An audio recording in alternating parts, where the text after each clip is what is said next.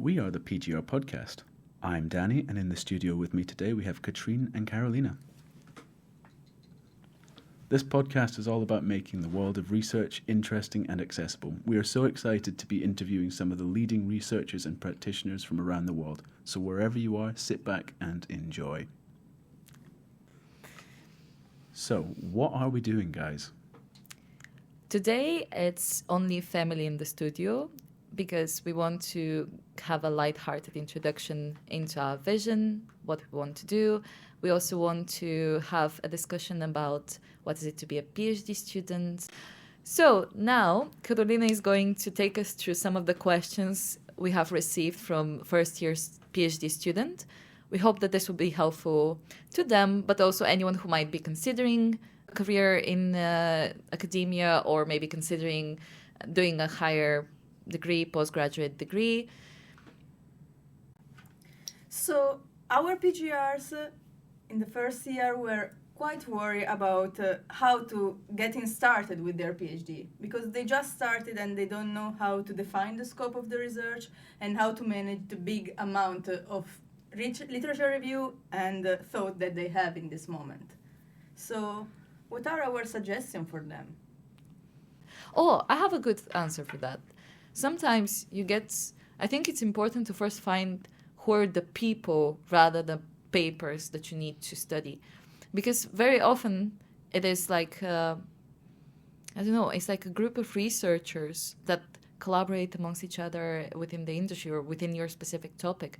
And they usually always work with each other regardless. So just finding one of them opens up the rest, and then you can just focus on their work and explore from there. At least I think that's a more efficient way than just doing 1,000 literature searches with 1,000 keywords. And then, although that is worth doing, if your topic is a bit more general, if it's about sustainability per se, where do you even start? That was a brilliant answer right there. Yeah.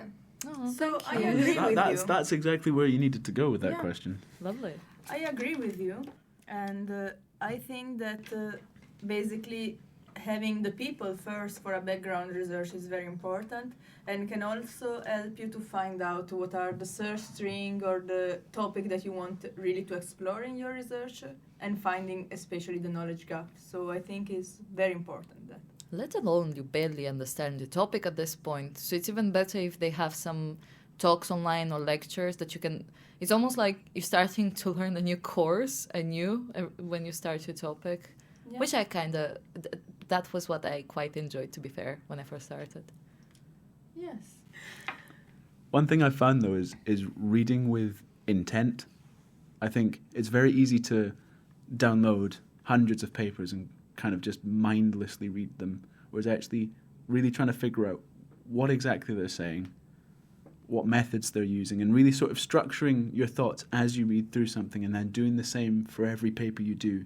Whereas I think at the start, I sort of just blankly read things. I was like, oh, this is interesting, so is that. And never really had the structure to like actually break down your thoughts. Because when you think of like, there could be hundreds of papers that you need to read, approaching on perhaps thousands that you could read.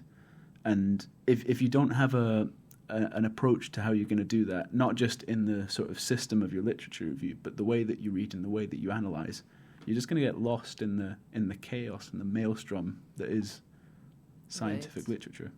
Maybe just for context, for people who are not reading scientific literature all the time, a usual article paper, because that's what you focus on the most. It's usually the most trustworthy sources of information. They wouldn't be too short sometimes. Like they could go on to be like 30 or 40 page papers filled with facts that you have to check. So they could be almost like a book chapter. Or sometimes they're shorter, they're like 10 pages. But still, it is a proper book chapter that you have to read. It's not a news article or, a blog post that's usually like 500, 600 words.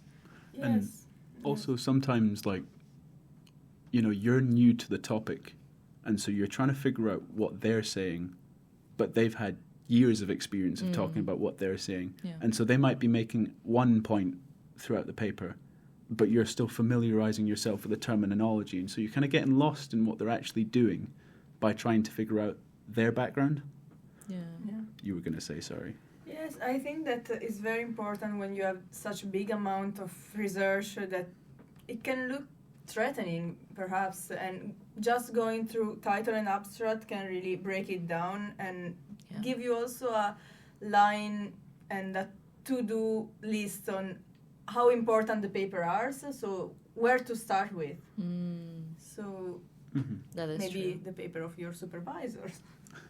Also exploring other, like, how other industries or like fields talk about it, because they would use a whole different like set of terms about the way like they define things. Like, for example, something that really blew my mind, because we do research in architecture, and I never ever used the keyword property, or like yourself, assets. I think it's one of those that you said that was actually an important keyword that people would use to describe like industrial assets or like post-industrial like buildings and zones.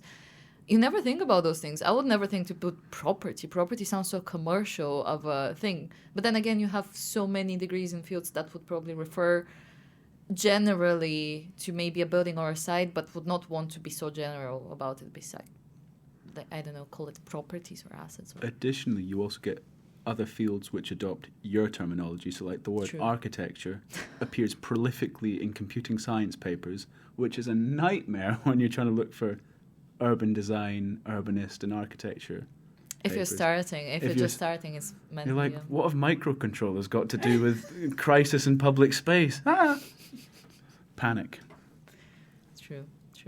Okay, so another thing that they were concerned about is their career after the PhD. So how to merge together the professional and personal development with actually the research, and how to select those training that can be useful for a young researcher. Fair. I would say that's, although in our industry is maybe more of a straightforward answer. No, it's not really, but you would usually go, I don't know, usually paths for PhD students in architecture and urban planning would lead either to something related to policy, if you're trying to go in practice, of course. It would lead to policy, or it would lead to some kind of like communal or cultural work. I don't think anyone really goes back to practice the same way, unless you were studying something very specific about design.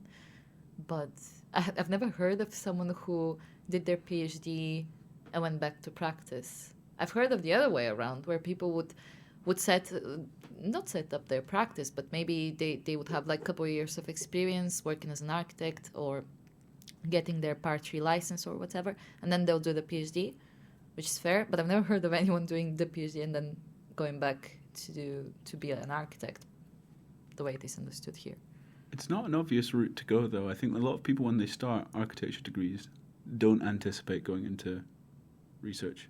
No. Yeah. True. That could be a lie, because I never studied one. But you two as prime examples. An architecture degree by proxy, I guess we can call it for yourself, because you have now the experience and the vision, maybe not exactly the... I've rubbed shoulders with enough architects to... Not the knowledge. Yeah. I think I get it.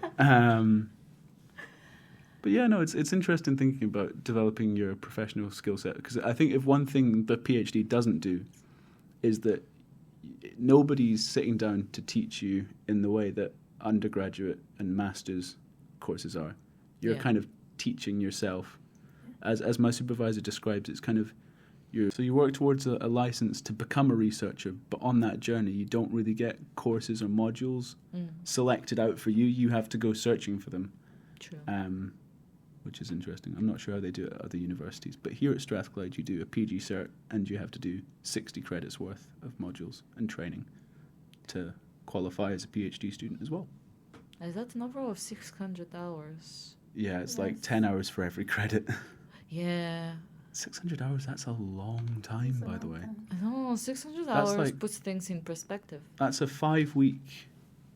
No, it's longer than 5 weeks, because if you assume that I assumed a 24-hour working day, 5 days a week, that's obviously not how it works. Yeah. So it's about a 15-week if you use all 8 hours every 5 days a week Wow. to achieve that, which is quite a lot of additional stuff that you have to deal with. That is true. Yes, and I think that choosing the right training is the most difficult part, because maybe in the first year you're still confused on what you want to do. If you want to pursue an academic career, either a more industry-based career. So I think that is also a Yeah. key point. I think there's definitely disciplines where it's easier. Obviously, if you're doing something with specific chemical compound, let's say, you'll probably go into the industry that works with that compound and then become someone important in like one of the big companies. earn Become money. someone important. Become someone important. Ah, yes. I'm just off to become important, Mum. Don't mind me. We all try. What was the other part of that question? Because Oh, there yeah. was choosing... yeah, because it was talking about the sort of developing professional skill set. On choosing a career. Oh, actually, that's maybe a good advice. My advice would be try and envision what you want to do as a career, like the first days that you start the PhD, because I feel like then you're very still like only seeing yourself as a researcher, so you think of, oh, maybe I could be an editor, maybe I could stay in academia, maybe I could be a writer.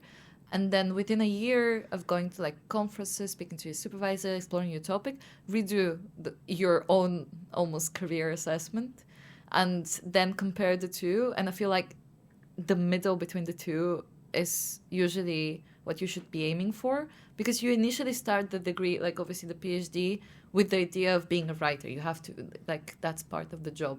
It's incremental to do that. So obviously this skill set would be there for you to explore in your career always, to be a writer, editor, to be involved in legal work or whatever. But then obviously you're going to learn so much about your topic and industry, things you probably didn't know you had options as a career path. Like, I didn't know I could be a surveyor. Probably would need to study quite a bit, but It's possible. it is possible. It's out there. Yeah.